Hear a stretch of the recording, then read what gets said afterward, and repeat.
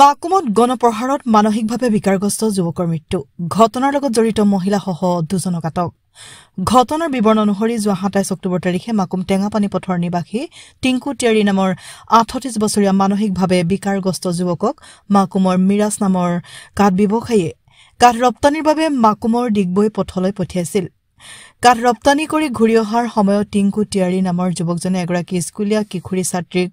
গালত স্পৰ্শ কৰাত ৰাইজে টিংকু তিয়াৰীক বেয়াকৈ মাৰধৰ কৰি মাকুম আৰক্ষীক গতাই দিয়ে আৰক্ষীয়ে টিংকুক ছাত্ৰীক অশ্লীলতাৰ অভিযোগৰ ভিত্তিত ২৮ অক্টোবৰ তাৰিখে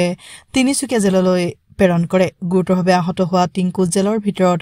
অসুস্থ হোৱাত উন্নত চিকিৎসাৰ বাবে ডিব্ৰুগড় চিকিৎসা মহাবিদ্যালয়ত ভৰ্তি কৰা হয় যদিও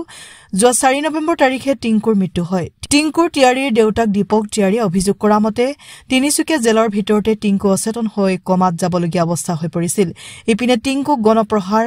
আৰু মৃত্যুৰ সন্দৰ্ভত টিংকুৰ মা সৰিতা তিয়াৰীয়ে মাকুম থানাত এখন এজাহাৰ দাখিল কৰাত উক্ত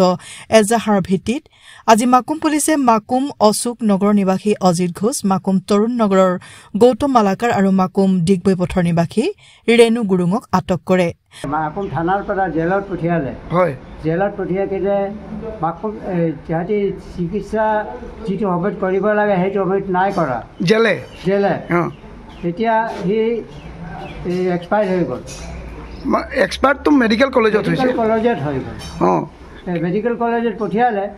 সেই আগতীয়াকৈ কৰা হ'লেতো এইটো কাম এইটো হেৰি নহয় কিন্তু সি আগতীয়াকৈ নকৰিলে জেল কৰ্তৃপক্ষই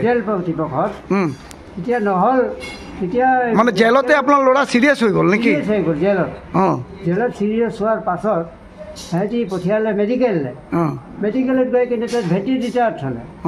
চিৰিয়াছ পজিশ্যন আৰু কোনো উপায় নাই চেঞ্চ নাই মানে জেলতে চেঞ্চ নাই মেডিকেলতো চেঞ্চ নাই তাৰপিছত লৈ গ'ল সেয়া ডক্টৰে পিছত ক'লে যে নাই আৰু ল'ৰাটোৰ নাম আপোনাৰ টিংকু তিৱাৰী মোৰ নাম দীপক তিৱাৰী আপুনি দেউতা হয় মই দেউতা